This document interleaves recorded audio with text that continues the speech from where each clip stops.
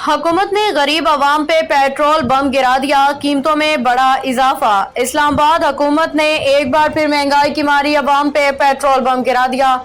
ज़राए के मुताबिक पेट्रोलियम मसनूआत की कीमतों में आइंदा 15 रोज के लिए पेट्रोल की कीमत में 8.36 रुपये का इजाफा कर दिया गया। डीजल की कीमत में 10.39 रुपये फी लीटर बढ़ा दी गई है। वजारत खजाना के मुताबिक कीमतों में इजाफे से पेट्रोल की नई कीमत 266.79 पैसे मुकर्रर कर दी गई है। हाई स्पीड डीजल की फी लीटर कीमत 272.98 रुपये तक बढ़ गई। पेट्रोलियम कीमतों में इजाफे का बाकायदा नोटिफिकेशन जारी कर दिया गया है।